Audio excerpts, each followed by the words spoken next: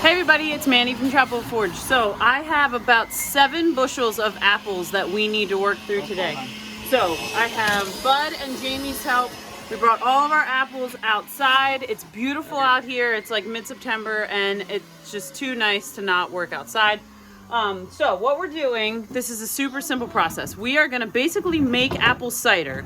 I'm gonna put it in as many freeze containers as I can find, and then whatever I can't fit into a container because I either am out of freezer space or I don't have enough containers. Or if I don't have enough containers, then we're gonna can it. Once we can it, it basically becomes apple juice because we're heating it up. So the raw juiced apples are cider, the canned ones are going to be juice. I'm happy with either. We love cider. I'd love to put a good bit in the freezer if we can. I currently have the freezer that I had to clean out. It was gross. That I had to clean out, chilling down. So I'm hoping by the time we're done, it'll be cool enough that I can put this stuff in there. So step 1 is basically just that we are chopping the apples. We don't need to core them or anything like that. We're just basically cutting them into halves and then we are putting them through the juicer. This is just like a typical, you know, regular old juicer. It's nothing special. I'm sure I'm gonna get some questions. Why didn't I steam juice this? Because I wanna have raw apple cider. So my goal here is to make cider and juice. If I was just going to do juice, then I could bust out the steam juicer and we could do that too. Frankly, with as much as I have to do, this process should be a little bit faster because we aren't sitting there waiting to cycle through all these apples. Bud and Jamie can just run these through. I think that's good, so we are gonna work through this process and I'll show you how to do it. It's super easy. Apple cider is so delicious. We can get it around here for like $4.75 to $5 a gallon for raw apple cider. That was not the case at our old house. I would say we typically were paying between $7 and $8 for a gallon. So I'm really excited to be able to do this on our own. I got a really good deal on these apples. I think I paid maybe $6 a bushel, or sorry, $6 a half bushel.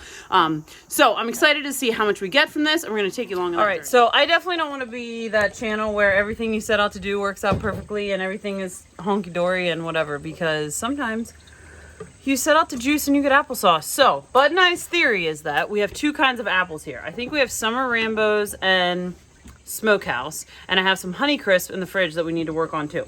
So we're getting pretty thick sauce out of this juicer, which is comical. So here's our plan. We did my old trusty setup with the strainer, the flour sack towel. We're pouring what's coming out of the juicer in there. I'm stirring it to get out as much juice as I can. Bud, can you hold this up so they can see what the juice looks like? No, hold this. Okay, so we're getting some really nice juice down there. So what I'm gonna do is I'm just gonna keep stirring this until no juice is coming out. I'm gonna take all of the stuff that's left in here, I'm gonna throw it in the roaster, and we're gonna make some apple butter because I don't need any more applesauce. I have a lot of applesauce. I don't need any more. So we are just gonna make apple butter because I don't have that much apple butter on the shelf. We all love apple butter. It has so many purposes. So that's the plan. So sometimes when you're preserving food and you get the apples at the auction and they're maybe not exactly apples that are best for juicing, these things happen. So that's what we're gonna do. Nothing's gonna go to waste. The little bit of scrap that comes off of this that goes in that container is gonna go to the chickens, and we are gonna get apple cider, apple juice, apple butter, and chicken feed out of this little project.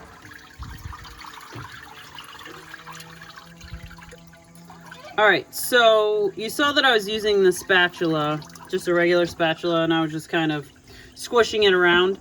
All right, so if you take it like this and kind of squeeze it, you can get a lot more juice out of this.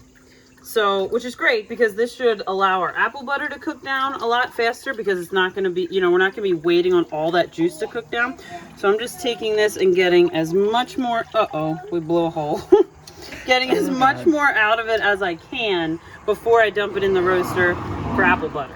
All right, so it is late. We are all covered. Well, it's not super late. It's almost 8, but we've been doing this all day. We are all covered in apples, but we're getting it done here. So we have, ooh, I got crooked. We are probably going to get, we might get 20 gallons of raw cider from this, which I am so stoked about. So the plan is my mom is sending home jugs with Zad because I don't have any plastic jugs. So I'm hoping to be able to put like, I don't know, 20 gallons of apple cider in the freezer. I don't want to scratch my nose with my finger because it's covered in apple and it's disgusting. So I'm hoping I have an empty freezer because I said I had to defrost it. So I have that empty freezer. I'm hoping to put 20 gallons of apple cider in that freezer, 15 to 20 gallons. We're going to have 2 roasters worth of apple butter that's going to cook down overnight. I'll do a separate video on how to do that. It's super, super simple. And then we're going to have the whatever apple scraps are in the tractor, which, man, this, oh my goodness. This right here, this is the jam. Like, having the tractor here and just putting the stuff in it instead of, like, filling buckets and then constantly dumping them, this is the way to go. So, very successful day. I will show you, I mean, there's not going to be much to show tomorrow, but basically we're just going to be filling the jugs and then putting them in the freezer. But, if I didn't have enough freezer space, then we'll be canning the juice. So we'll see how that shakes down tomorrow. I just wanted to give an update here because, you know, just trying to teach you how to do this. And I thought, man, we've been doing this all day long. So this is totally worth it because if you think about it, if I bought 20 gallons of apple cider at like market value, which is like $5 to $8 a gallon, depending on where you are, or at least around here it is, you know, we're talking $100 to $160 in apple cider. And I only spent $78 on apples alone. So plus I have scraps for the chickens and we're going to have 2 roasters worth of apple butter. I don't know how much apple butter we're going to get out of it yet, but even if I got 20 pints out of it, you know, how much is a pint of apple butter at the store? I don't know, $5? Again, there's another $100. So this was just 100% worth it.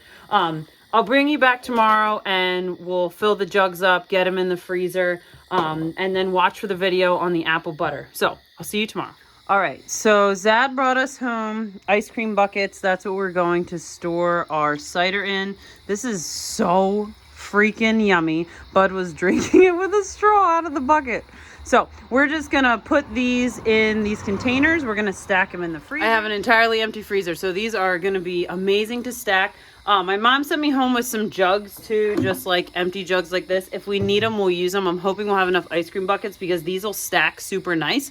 And then when we pull them out of the freezer, we can just let them thaw and then, you know, pour it into a different container. So you want to make sure you leave about this much headspace. So that's the last scoop, but leave like, I don't know, 3/4 to an inch-ish of headspace to leave for expansion. The nice thing about using plastic over, say, glass is that if it like expands too much, it's probably just going to pop the lid off, whereas glass may explode. So now have banana peanut butter. Yeah, banana peanut butter ice cream.